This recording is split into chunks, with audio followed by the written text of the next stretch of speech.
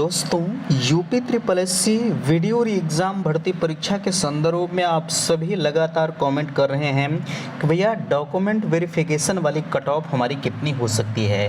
तो बिल्कुल आपको पता है आपकी जो रिवाइज्ड आंसर की है वो जारी की जा चुकी है। रिवाइज्ड आंसर की से पहले मैंने आपके बीच में कुछ कट ऑफ का निर्धारण किया था, लेकिन मैंने आपसे कहा था कि रिवाइज्ड आंसर की के बाद आपकी इस जो है फिर से इस डीवी वाले कट ऑफ में एक बार परिवर्तन किया जाएगा। तो बिल्कुल सब कुछ परिवर्तन करने के बाद लगभग 1100 से 1200 अभ्यर्थियों का आकलन करने के बाद आज एक बार फिर आपके बीच में उपस्थित हैं डीवी की कट ऑफ को लेकर। ठीक है, तो इस वीडियो में हम जो है बेहतरीन तरीके से चर्चा करेंगे। यहाँ रिजल्ट के संदर्भ में आप बात कर रहे थे कि भैया रिजल्ट कब घोषित होगा, कॉमन अंक का मामला फंसा हुआ है, नॉर्मलाइजेशन और डीवी के लिए कितने गुना अभ्यर्थी बुलाए जा सकते हैं। तो फाइनली हम इन सभी मुद्दों पर चर्चा करेंगे। दोस्तों मैं हूं संजय, आप सभी का स्वागत करता हूं, अभिनंदन करता हूं आज के अपने इस वीडियो पर। मैं निवेदन करूंगा कि चैनल पर पहली बार विजिट कर रहे हैं तो प्लीज़ चैनल को सब्सक्राइब जरूर करेंगे। सबसे पहले आपके बीच में हम बात करते हैं जो आप रिवाइज्ड आंसर की के संदर्भ में बात कर रहे थे नॉर्मलाइजेशन को। आपको पता है नॉर्मलाइजेशन की प्रक्रिया 2018 में इसका प्रावधान नहीं था, ठीक है, लेकिन फिर भी एक 100% उम्मीद किया जा सकता है कि जो नॉर्मलाइजेशन की प्रक्रिया है वो इस मामले पर अपनाई जाएगी, यानी वीडियो में अपनाई जाएगी। आप रिवाइज्ड आंसर की के बारे में बात कर रहे थे।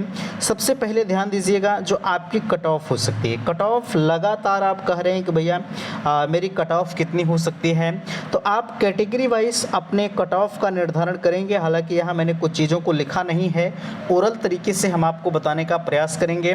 ठीक है, सबसे पहले ध्यान दीजिएगा आप जो अगर जनरल कैटेगरी के तहत आ रहे हैं तो आपकी जो कट ऑफ 1953 पदों पर आपकी भर्ती परीक्षा कराई गई थी, आपको पता है। ठीक है, अब हम बात करते हैं कट ऑफ पर। कट ऑफ की अगर हम बात करें तो ध्यान दीजिएगा जो जनरल कैंडिडेट हैं कम से कम उनकी कट ऑफ 206 से 208 जाने के पूरे चांसेस कहे जा रहे हैं। इसी के क्रम में ओबीसी की हम बात करें तो ओबीसी के जितने भी अभ्यर्थी हैं 201 से 204 कट ऑफ इनकी बन सकती है।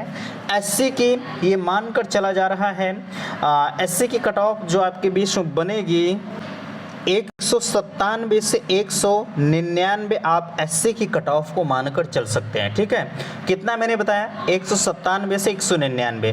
बाकी अगर हम गर्ल की बात करें यानी फीमेल कैटेगरी की बात करें तो 100 जो है 79 से 182 आप मानकर चल सकते हैं।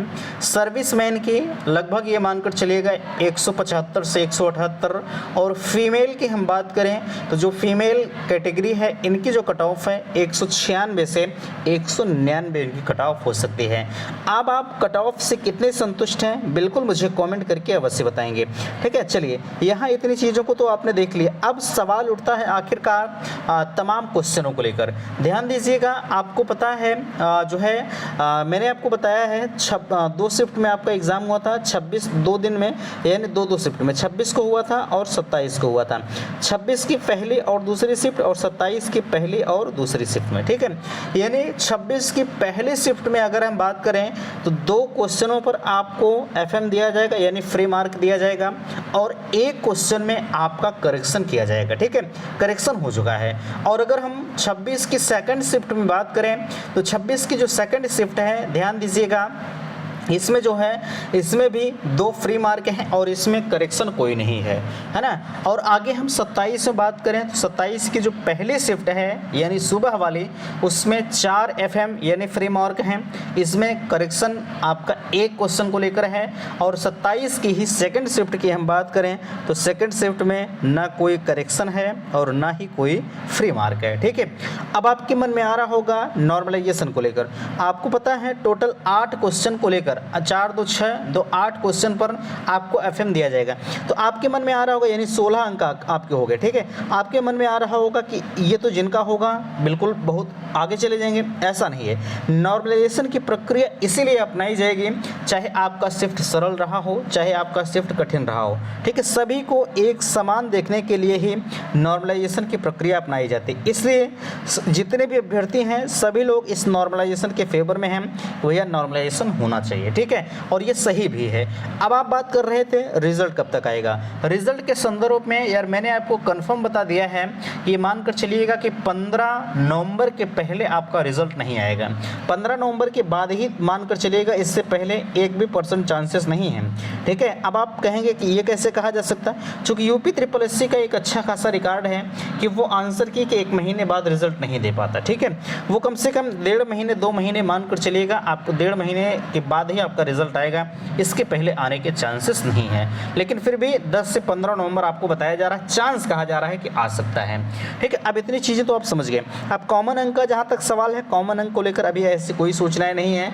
लोग जब आपका रिवाइज्ड आंसर की नहीं जारी हुआ तो उस समय बड़ी बड़ी बातें कर रहे थे कि 10 क्वेश्चन में परिवर्तन होगा, ऐसा होगा। लेकिन मैंने यार आपको बताया था 10 क्वेश्चन में परिवर्तन की जो चीज़ें होती है वो बहुत बड़ी होती हैं, ऐसा नहीं हुआ, ठीक है।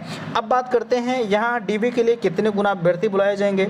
देखिए डीवी के लिए कम से कम ये मानकर चलिएगा कि 1953 पदों पर भर्ती परीक्षा है, कम से कम 3 गुना अभ्यर्थी बुलाए जाने के चांसेस कहे जा रहे हैं। आप कह रहे थे डीवी कितने दिन में हो सकता है, तो डीवी बहुत ज़्यादा अभ्यर्थी तो इसमें रहेंगे नहीं, कम से कम 6-7 हज़ार मैं मानकर चलता हूँ। अगर 3,000 मान लीजिए, 3 गुना अभ्यर्थी मान लीजिए, तो कम से कम ये मानकर चलिएगा कि 6,000 जो है 5,500 अभ्यर्थी रहेंगे। तो ऐसे में लगभग जो है 8 से 10 दिन 12 दिन में आपका जो डॉक्यूमेंट वेरिफिकेशन का प्रोसेस है वो कंप्लीट हो जाएगा। और रही बात ज्वाइनिंग की, तो ज्वाइनिंग 100% चुनाव से पहले इस भर्ती को पूरी तरह से फिनिश करने के जो लगभग चांसेस कहे जा रहे हैं वो बिल्कुल एग्जैक्ट ही कहे जा रहे हैं, ठीक है। तो आशा करते हैं दी गई जानकारी से आप संतुष्ट हैं। प्लीज़ वीडियो को लाइक कीजिएगा, शेयर कीजिएगा, और चैनल पर पहली बार विजिट किए हैं तो चैनल को सब्सक्राइब कीजिएगा। वीडियो समाप्त करते हैं। थैंक्स, धन्यवाद।